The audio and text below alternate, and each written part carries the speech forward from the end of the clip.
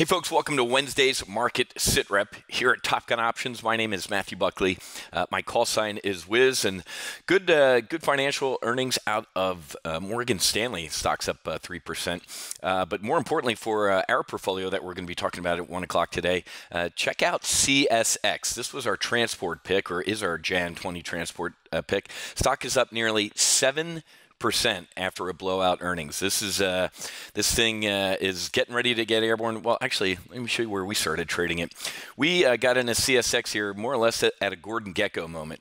So this is when their old skipper died. Their CEO died without a succession plan in place. Right there, we did a little Gordon Gekko bottom feeding. I'd been looking for a good transport to get into, and since we've gotten into CSX, it's up 33%. That's just the stock, folks. We've been our Jan 20 long call diagonals. We've been trading iron condors and spreads and selling front month calls on CSX. This position is absolutely crushing it, and we're going to be talking about that at 1 o'clock today. But do me a favor, at 1 o'clock tomorrow, if you're new to Top Gun Options or haven't seen any of our live trade briefs, we're going to open up the doors to our normal Analyze Your Trade and Debrief session tomorrow, which is Thursday the 19th at 1 o'clock. All you need to do is head to go.topgunoptions.com/brief. We do what are called live trade briefs. We talk through strategic and operational intelligence issues in the markets, and then we get tactical and we look at potential actionable trades. So do we sell Q2 earnings, or do we buy with both hands? Very, very interesting question as the market's right here on the precipice, because this rally, I'd say about 80% of this rally right here is on the FANGs and also Amazon. Amazon's been, 25-30% of the S&P 500's rally up at climbing this wall of worry. So we're going to discuss all this stuff tomorrow. Like I said, this is our regular Thursday session at 1 o'clock, and I'm just going to be a nice skipper and open up the door to our squadron, and you can come see flight operations. So head to go.topgunoptions.com/brief. And here's what I'm talking about. Google got absolutely slammed with from the EU on an Android antitrust decision. Whatever the hell it is, 2.3, 2. Whatever, a couple $2 billion fine. So you have to be careful of these FANGs that have, to be honest with you, political risk, whether it's Facebook. Netflix has political risk by hiring Barack Hussein Obama and also his former national security advisor, but I'll leave that aside here. But be careful of these.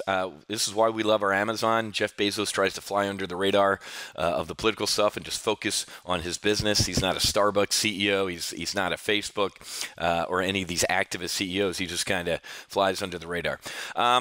Morgan Stanley, nice. This is our, we love JP Morgan. Our second love is Morgan Stanley. I got to be honest with you, Morgan Stanley, in my Morgan Stanley, JP Morgan, Goldman Sachs Olympic triad might actually be pulling up ahead here. It's kind of a sleeper in the background there, but really, really nice earnings here. And this is what's interesting. So the first quarter earnings back here, where financials literally printed money, the market just shrugged and sold off, and we went back down to this 200-day moving average.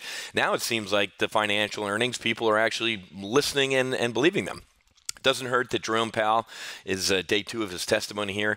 I think he's trying to sound a little bit more hawkish today than he did yesterday's Davos session, which sent stocks, which was kind of a soothing commentary yesterday. The SPX is up about 6 or 7 right now, and I'm keeping an eye on a weekly option spread. I don't see a massive rally into Friday, so we're going to hold that weekly options trade through Friday. So Morgan Stanley, definitely worth the price.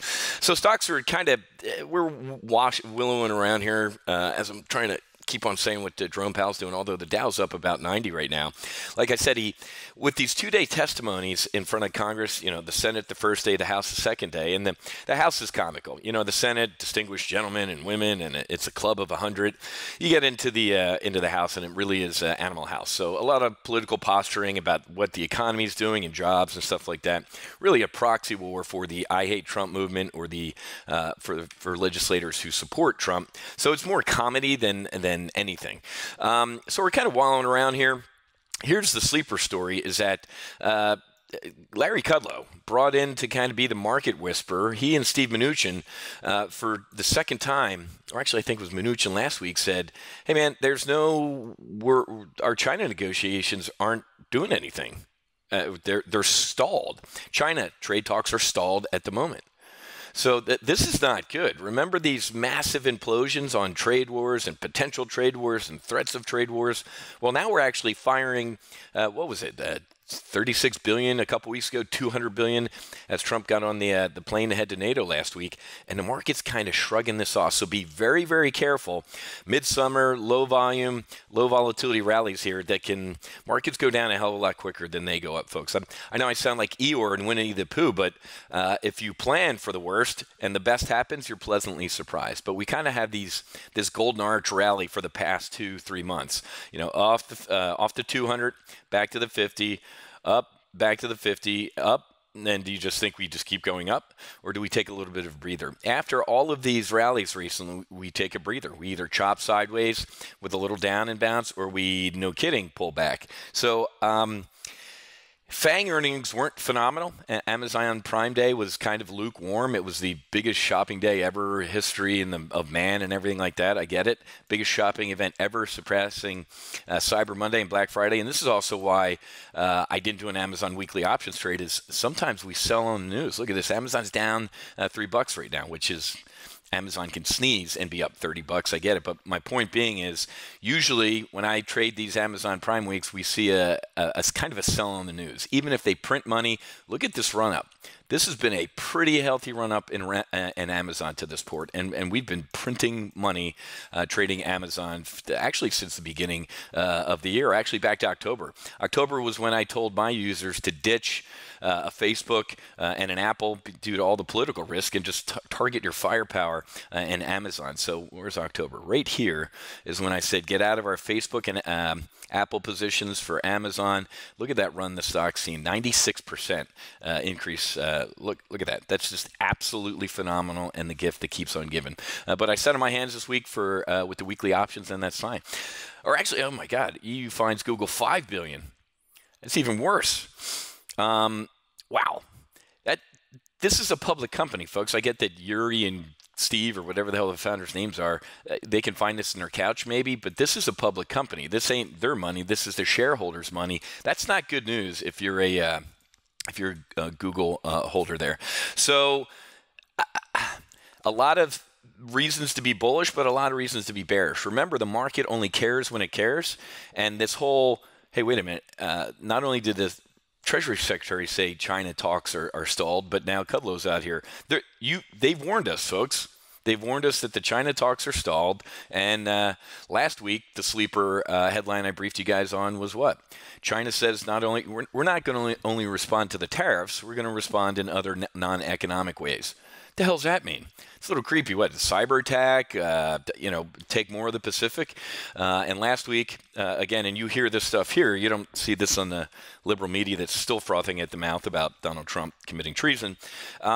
But he sailed two of our, what was it, a cruiser and a guided missile destroyer, wherever the hell, through quote-unquote Chinese waters in the middle of the Taiwan Strait. So a couple sleeper stories out there, and I haven't even mentioned oil today. Obviously, we have Iranian sanctions kicking in again here soon. So a lot going on in this market. We put on an XLE bull put spread yesterday. Kind of look to leg into an iron condor through ExxonMobil earnings. A lot going on. So here's the bottom line, folks. I'm cautiously, I'd say I'm market neutral to a little bearish here at this point. I think it's time to level off or give some of this airspeed back before we have another leg up. So we're going to talk about all of this stuff tomorrow. Make sure you head to go.topgunoptions.com/brief. Grab a free slot to come check out our live trade brief tomorrow. This will be with our normal members, so you can be in there and see and feel, hear, do everything that you will do when you become a member here at Top Gun Options. Okay. All right, I got to get ready for our 1 o'clock accelerated retirement session. We're going to take a look at our VXX, our volatility trudge. We're going to take a look at Wynn Resorts, and also, like I said, CSX. Okay, so have a great rest of your day. Happy hunting. Make sure you're hedged, and I'll see many of you for our free webinar tomorrow at 1 o'clock. See ya.